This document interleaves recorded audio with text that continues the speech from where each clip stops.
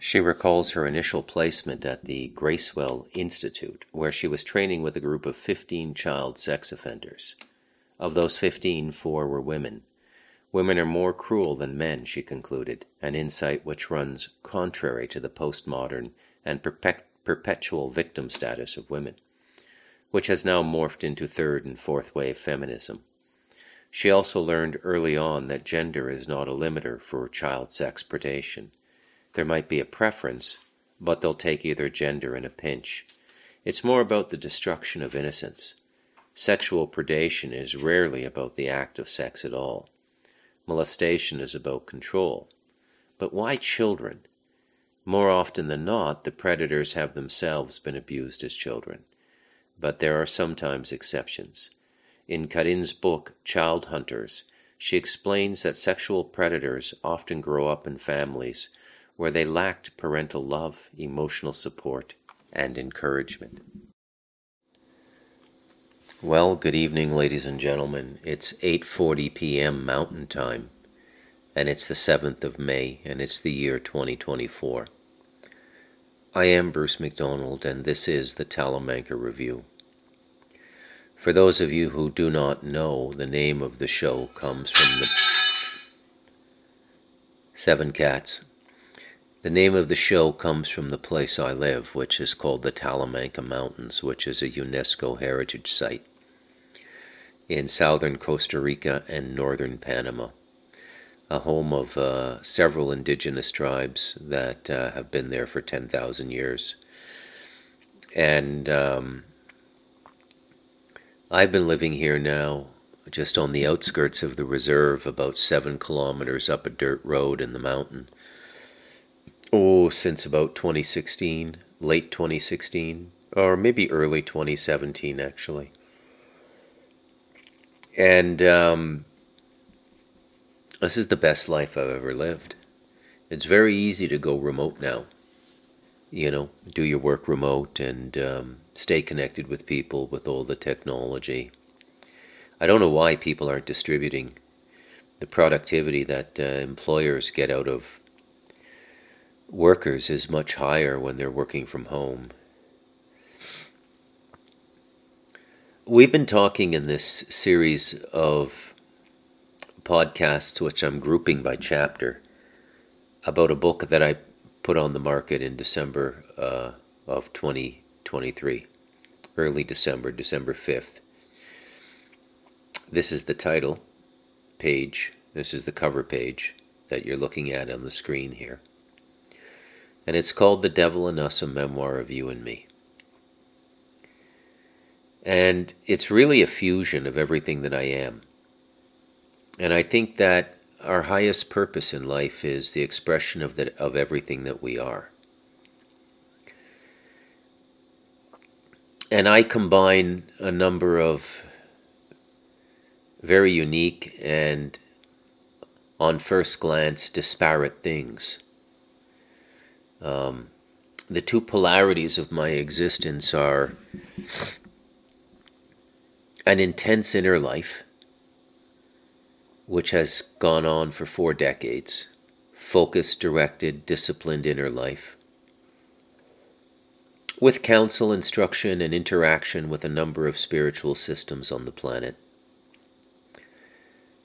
I come from a birth religion of Roman Catholicism. And in many ways, I've made God the centerpiece of my life and the pursuit of more understanding about God.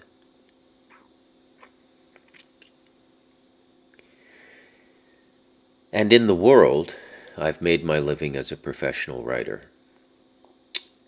I've done corporate writing, I've done technical writing in the software and telecommunications industries, going back to the late 90s. 97 is when I started.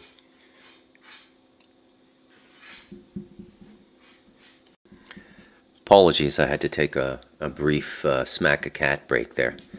They were playing with a big ladle, a big spoon. that had some sauce from a stew my wife made on it, and it was just making this horrible sound as they sort of dragged it over the ceramic patio in the front of the house. I love having 7 cats, though. I used to have a lot more. People come by. We're like the cat people now. People need a cat for their farm. Just go and see Bruce and Rosemary. They have lots of cats. So,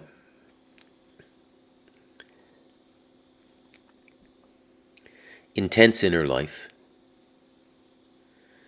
which I share in this book and in my other books. If not directly my inner life, what I've learned creates the context of the stories I tell. Like the story of Robert Wiegand, one of the most interesting human beings I've ever met in my life. Very dark individual. But dark isn't what we think it is. And John Edmonds, who was also in his own way an extremely dark individual, and the steward of Stardust Ranch. And then The Devil in Us is my story. And as the title suggests, it's about the devil, or the concept of the devil as it's been created in the Abrahamic religions, and the myth of the devil. Although there are negative entities out there, don't get me wrong. There are negative races out there, non-human races that are more negative than any opposition to God we've invented for our scriptures. But in the original cosmology, the devil was created as a corrective mechanism, a divine being. Okay? So the devil would apply to the entire universe, the entire creation of God. We've been over all that in the devil chapter, and did 1947, which was just an absolute watershed of information that year, and really coming home to roost now in 2024. Roswell, Israel, alien-human hybrids, the creation of the CIA, the Disinformation Society. It all begins shortly after World War II. Which should make you ask a question. What happened in World War II? What is the real story of World War II? Do you think that we were given the real story? Why did we go to a police state in 1947? Why did we give Wernher von Braun, a rocket scientist from the Nazi Party, stewardship of the NASA institution? Reasonable question, right?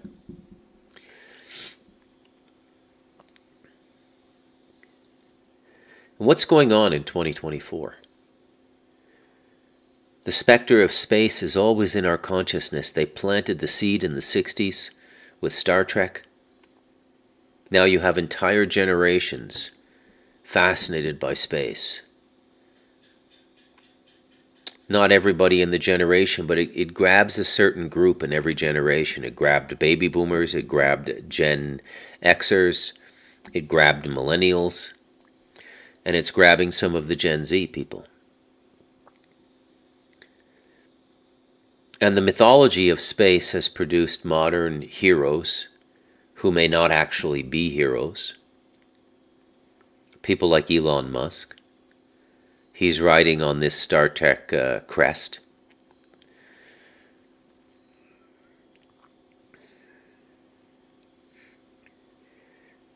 And what this book is trying to do is fuse together all of these things which seem disparate and unconnected into a unified thesis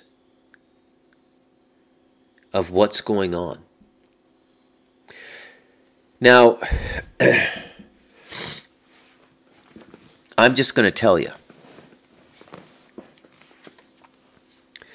magic and science have merged. This is why all of these top scientists in the early rocket propulsion were Satanists, occultists, ritualists. This ritual culture largely comes from the Jews. It comes from the Kabbalah. which they started sharing about 400 years ago with the secret societies in Europe. If there's anybody who is a Mason or a Rosicrucian or any of these other secret societies that actually listens to my podcast, you need to understand that you were not given the real Kabbalah. That's reserved only for Jews. And not even all of them. Even in their internal structure, they're very racist now. Got a bit of a sniffle going on here. Ashkenazi Jews, Sephardic Jews, Ethiopian Jews. It's not even all of them. Okay? And when I say the Jews, I don't really mean the whole Jewish population. Most of them are brainwashed and they're victims. I mean the inner circle of intergenerational passage of black magic, which is basically what Judaism is at its core. Their God is what we would call the devil. It's a very bold claim. I'm saying it plainly, and I'm saying it simply to you. In fact, we are so out of balance as a society now. Our perception is so misaligned. If you completely flipped it 180 degrees, you would have an accurate understanding of what's going on in the world now. The people who claim to be experts on things don't know anything. Our medicine doesn't cure us. They don't know a fucking thing about the body. And the total body. How the physical, the astral, and the causal all go together. How sound affects us. Modalities of healing that are not cash cows for corrupt institutions. They don't really want to heal you. I'm just using one institution, medicine, to make my case right now. There have been cures for cancers going back 40, 50 years that were proven to work. Just like to straddle another industry, engineering and mechanics, there have been ways of operating automobiles that do not require gasoline, do not pollute the environment. They've been around for 50, 60, 70 years, the patents. These people disappear. They get killed. Hunting accidents, fishing accidents, disappearing while going on a camping trip in a national park. You'd be amazed how many times this happens to people who are inventors and who invent something that runs contrary to what the institutional darkness that is running us wants the public to know and use. We are so far off track now. You would be better educating yourself, you would be better growing your own food, and you would be better healing yourself than going to their education systems, going to their grocery stores, and going to their hospitals and their doctors. And a lot of the doctors know, but if they operate outside the parameters of their licensed industry, they lose their license, they lose their livelihood. This is all perfectly explained in the book Preceding the Devil and Us that I wrote with Robert Wiegand called The Light of Darkness, A Warrior's Tale for Our Time. How the institutions are basically practicing institutional Satanism now. Okay? Now, when you talk to the brainwashed people, the people who buy into it, they don't really buy into it. They're just afraid to even engage the idea that it might be opposite of what they think it is. Because that comes with a tremendous amount of responsibility, moral anguish, emotional anguish, heart anguish. It comes with suffering. You have to be willing to engage suffering, to pull out of the bullshit that they have cloaked you in. And people don't want to do that. They don't want to interfere with getting high, smoking their weed, jacking off to porn, playing video games, watching TV, watching movies, hanging out with their friends. They like their life. We have never had a higher comfort level in at least in the first world. There has never been a higher level of comfort for human beings. When people get comfortable, they don't want to be made uncomfortable. Even if you tell them the cocoon of comfort they live in is going to lead to their destruction and is seriously undermining their spiritual growth. I'm not going to say they're going to be going to hell or anything like that. There's no hell per se. There is. I could do a whole podcast just on hell, and I don't feel like doing it tonight. I'm on a roll here. I'm going to stay with my topic, stay with my theme.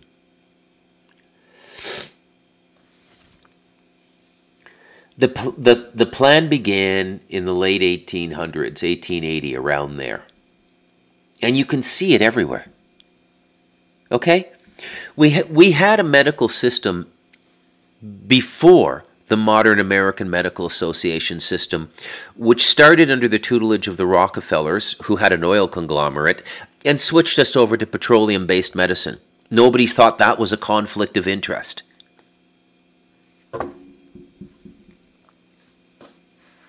All financed by banks that never should have been created, all governed by a financial institution, the Federal Reserve, that never should have been created. And that should give you a timestamp on how long America has been corrupt. It's just, you're seeing it now because they're letting you see it now. And do you know why? Because they want to watch your suffering, your anguish, your confusion, your stupidity. They like it. They enjoy it. They're sadists. This is like the best HBO series ever for them. And it's real. It's all happening. Do you understand? They jerk off to this shit. They get off on it. Do you understand what you're dealing with?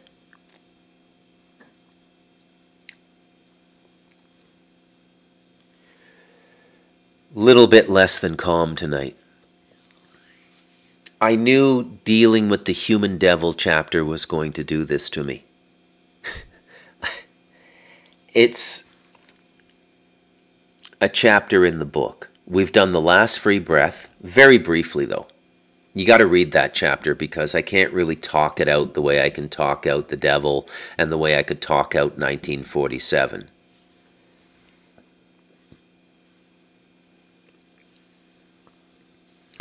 Very briefly to recap, illumination at night, rapid transportation through the combustion engine, and the beginning of the sale of private motorized vehicles, whether they be motorcycles or automobiles, okay, or trucks. And then dislocated voice, which first emerges as the home radio, which is one way.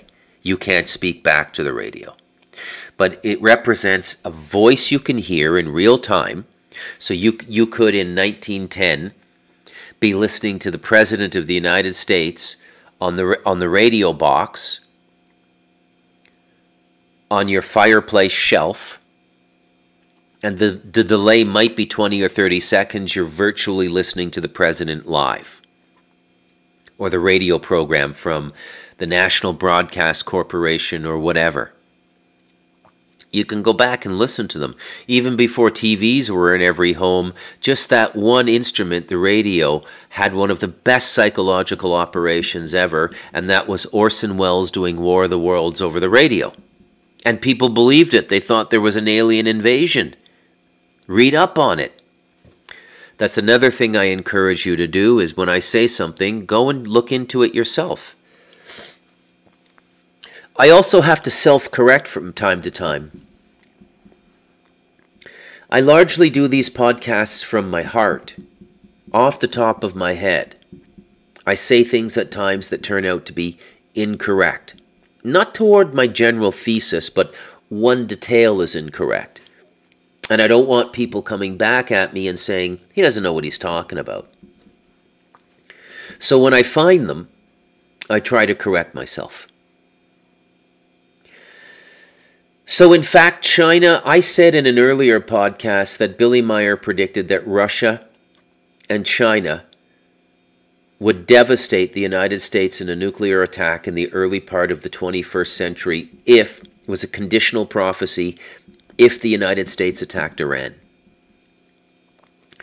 He made this prophecy in the mid-late 70s, not 1973, okay? More like 78.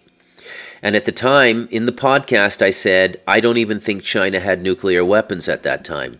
In fact, China started testing nuclear bombs in 1963. So I have to correct myself. But they weren't a threat per se, because they couldn't get the missile across the ocean. They did not have the ICBMs, the Intercontinental Ballistic Missiles. This is what's so scary about North Korea now. North Korea's had nuclear weapons for a long time. China probably gave them to them. And but for the longest time, they didn't have ICBMs. They do now. They've had them for a number of years now, but it's relatively new that they got the ICBMs. You see, one part is the atomic bomb itself. Now, to use it without an intercontinental ballistic missile, you would have to have a big plane, basically the way they did it in Nagasaki and Hiroshima. B-52s flew over, not right from America. The bombs were actually taken over on Navy ships. And then they were put onto planes, and the planes flew over Nagasaki and Hiroshima and dropped them. Ben Shapiro thinks this was the best moral decision at the time because he thinks that it saved more lives than had we just continued to fight the war out with Japan, who had no desire to surrender. Or so they tell us. I disagree with Ben Shapiro. I don't think nuclear weapons ever should have been used on human beings. I think it's a horrible way to die. Absolutely despicable. Cowardly. Lacking all honor. Which is basically how I see Ben Shapiro. Despicable, cowardly, and lacking all honor.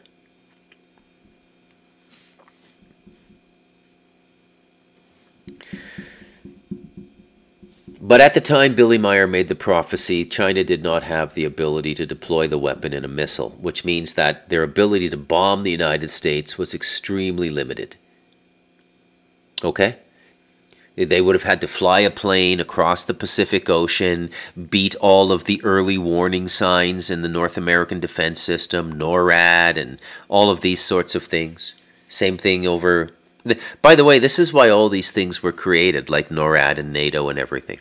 They were defense alliances, joint defense alliances for sneak attacks like this, and specifically nuclear attacks.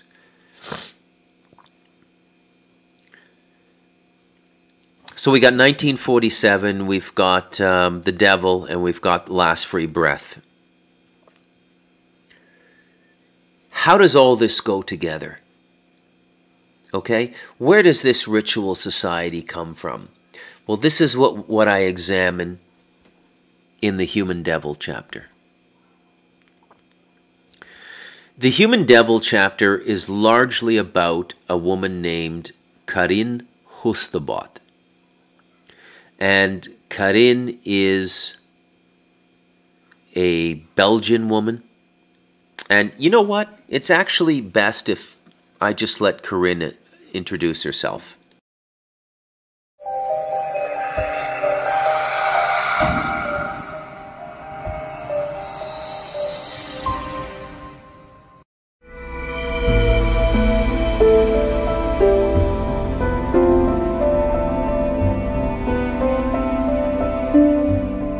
Is covering a very dark corner of society, a very dark subject.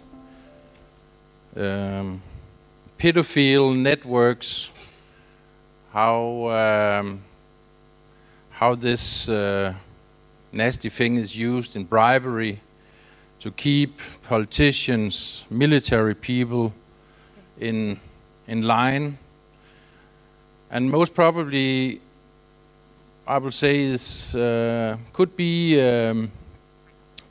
a way, the reason why we are seeing so few whistleblowers in all the areas of our society. Because when you reach a certain level in society, you need to do some bad things. And it's not only call girls which you're filmed with, there are also the next level for those who really are in power. This is covered. Jimmy Savile is the most known from the Main Street news. They also tried actually to start an investigation in the British Parliament, because there were also a lot of problems with pedophilic networks in the British government. I can guarantee you that nothing will come out of this investigation. The alternative media have also looked very much into this. There have been the Pizzagate, which have been very heavy in the alternative media, about John Podesta, who have been an advisor for Bill Clinton, Obama, Hillary Clinton, who is absolutely at the top of the power pyramid in the United States. He was so stupid, he let a housing magazine into his apartment, who have taken photos of his nice furniture, his pictures on the wall, which were small ladies, small girls, really disgusting photos, but huge paintings on his wall, and there were teddy bears at his bed, and this is a 60-year-old man or something like that. So no wonder that questions are asked when you see pictures like this. So in the organizing team, we thought we need to cover this subject, and this is a very difficult subject to cover. So we were very fortunate to have a specialist who would come, and that's Karin, who unfortunately have the destiny to work with people like that. Yeah. That's not the difficulty. The difficulty are the governments that are refusing to do something about it. Yeah. So we are hoping we can put some light on this very dark subject. So please give a warm welcome to Karin Pützebaut. Okay. Okay, you just have to click them? Yeah, you just click on them, yeah. Okay. I'll do that later. Okay. Good morning, everybody. I know it's very difficult to start your morning with a subject like this, but we are all concerned in this. I first want to thank all the people from the organization who are very kind and very willing to do exceptional things. And they do it for free. This is how our society was a little bit before. And there is your introduction to Karin Hustebot. Now, in many ways, Karin was the inspiration for this book. I met her, and she was introduced to me by a mutual friend who had read The Light of Darkness, and several years after that book came out, this friend who lives in England called me up. Very smart guy, 3 degrees, including a medical doctor degree. And he said, Bruce, I think you should meet Karin. I think there's something for you two to do together. I was introduced to her. I started talking to her. Now, for those of you who've read The Light of Darkness, I've been sheep-dipped in the darkness of this reality and the darkness on the other side, which makes me relatively immune to this stuff. And I had my own journey to go through. For those of you who have read The Devil in Us, this is the reason I start with my own personal story at the beginning of the book. Because if my own upbringing had not been so violent and so dark, I never would have been able to see the darkness in the world, because you don't tune into it. That, coupled with the commencement of meditative practice at the age of 17, produced this book and produced the dichotomy that is me. On the one hand, deep internal work, and on the other hand, a journalism degree and a deep commitment to what's going on in the world. Now, these things don't usually go together. Usually the contemplative goes off into seclusion, whether they be a a Trappist monk in the Catholic order like Thomas Merton, or a Buddhist monk, or a Hindu yogi going into retreat in the Himalayas for deep yogic work. And they leave all the worldly things behind. I, to the contradiction of all the spiritual teachings, made a continued effort to stay connected to the world. But as my internal practice advanced over the years and decades, I was able to see things a little bit differently. I was able to see them, I guess you could say, more spiritually. What you call the devil, what you call the demons. I've engaged all these entities on a one-to-one basis. And they're not really that disturbing to me, and I realized I grew up with them. That's why they were not disturbing to me. I'd known them since childhood.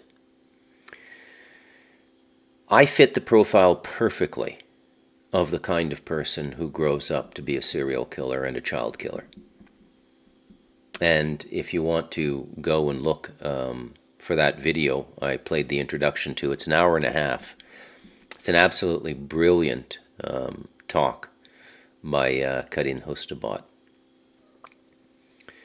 And of course, being one of the leading criminal profilers in the world, she picked up on it right away in our first conversation. She said, "Tell me more about you." I told her about my upbringing, and she said, You're one of the people who makes it out and is aware of it, and most of the world is asleep to it.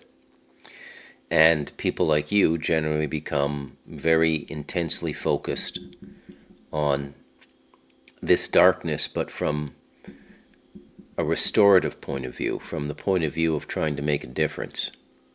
And so this is why I became the writer I am. And in a sense, The Devil in Us, A Memoir of You and Me, The Light of Darkness, and Stardust Ranch are really all forms of journalism, but they're forms of journalism that incorporate not only the physical facts of the world, but how the fourth dimension and the fifth dimension are interacting with the third dimension to produce these results. Whether they be the portals at Stardust Ranch that brought the aliens, or whether it be the dark magic that controls the world and predominates the ritual culture around the Club of Rome, the Council of 300, and all of these sorts of things. Okay? They say that the world produces what it needs, and the world produced me. So I consider myself the answer to a need.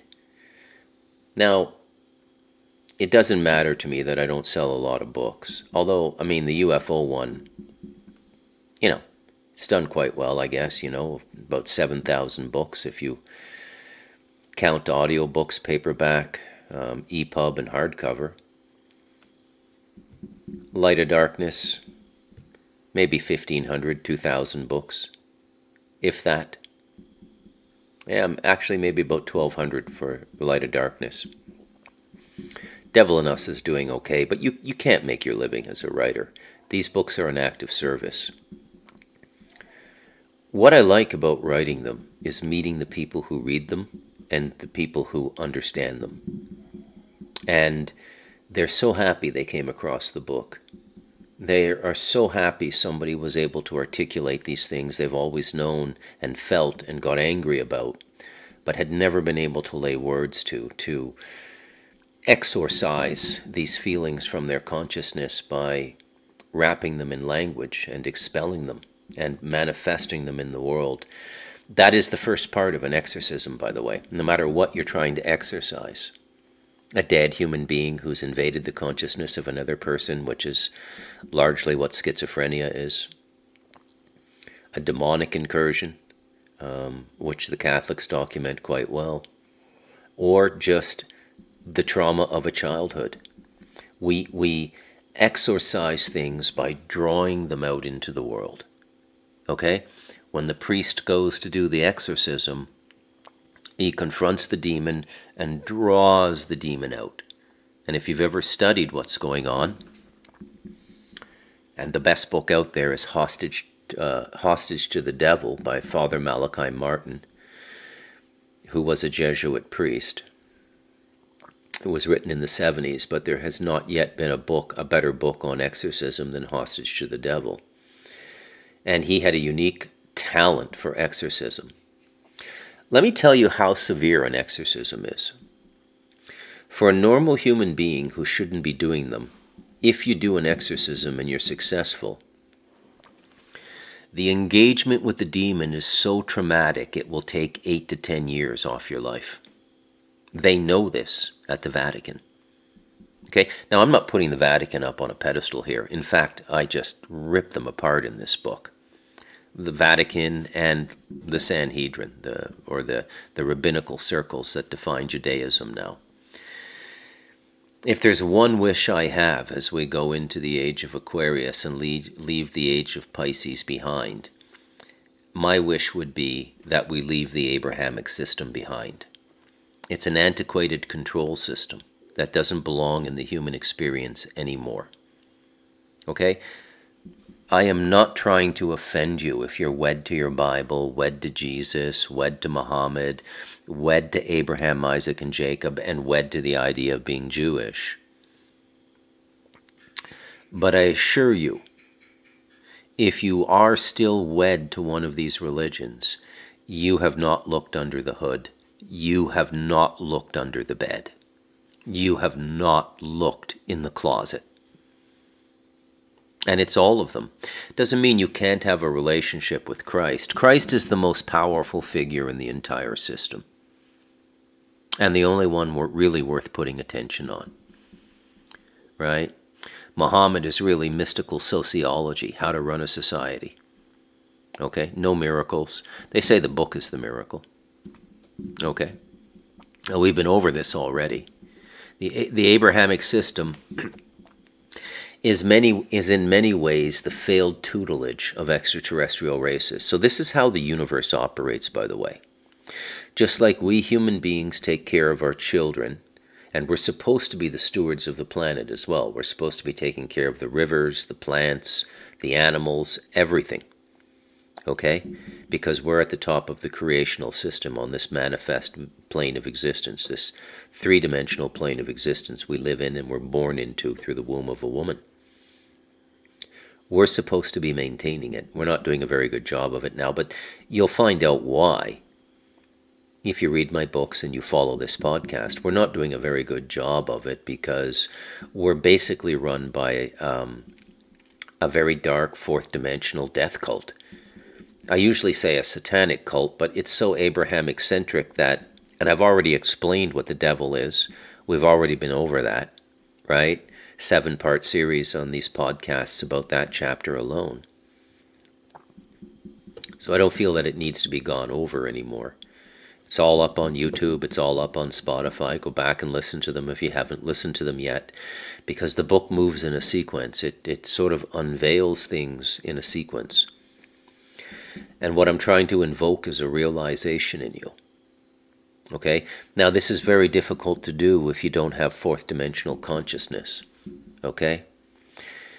Yesterday, I told my only and best ghost story. I've had encounters with spirits before, but the one that happened at the cottage was really given to me by my spiritual guides in the invisible worlds to teach me something, to teach me about how these two planes of existence, the fourth dimension and the third dimension, are really sort of locked together. And when you attain a state of consciousness to perceive it, you'll see it. You'll be given proof. Okay? And again, to repeat myself, the engaging aspect of that story is that it's not your typical ghost story.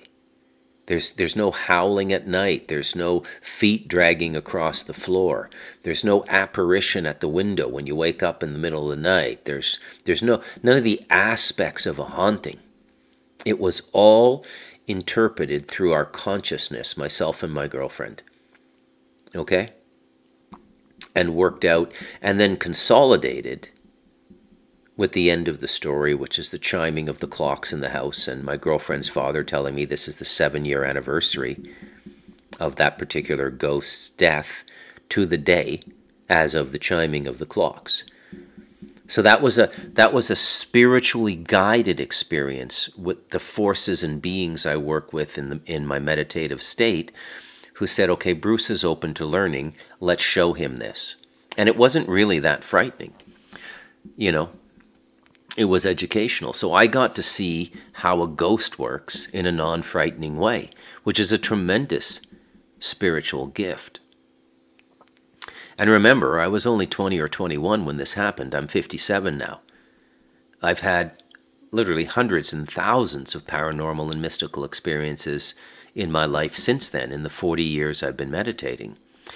They're part of the life, okay? And this is why we meditate, to begin to grow our consciousness, to understand how all of this is going together, okay? So that was a really excellent introduction to Karin Hustebot, who is one of the leading criminal profilers for child predators in the world. And she formed the basis, talking to her for dozens and dozens of hours, produced that chapter. She also introduced me to a lot of victims in this world. I didn't end up using them really in the book, and some of them were upset, you know, but there was nothing to do there. It's too dark. You don't need to go over all the gory details, okay? So this is my introduction tonight for the Human Devil chapter. This is the Human Devil part 1. I'll stop here, let you take this in, and I'll come back tomorrow and I'll explain more. The journey of Karin from an intellectual, a human being operating from the heart, responding to a single child going missing in Belgium when she was about 30 years old. 40 years ago, she's nearly 70 now.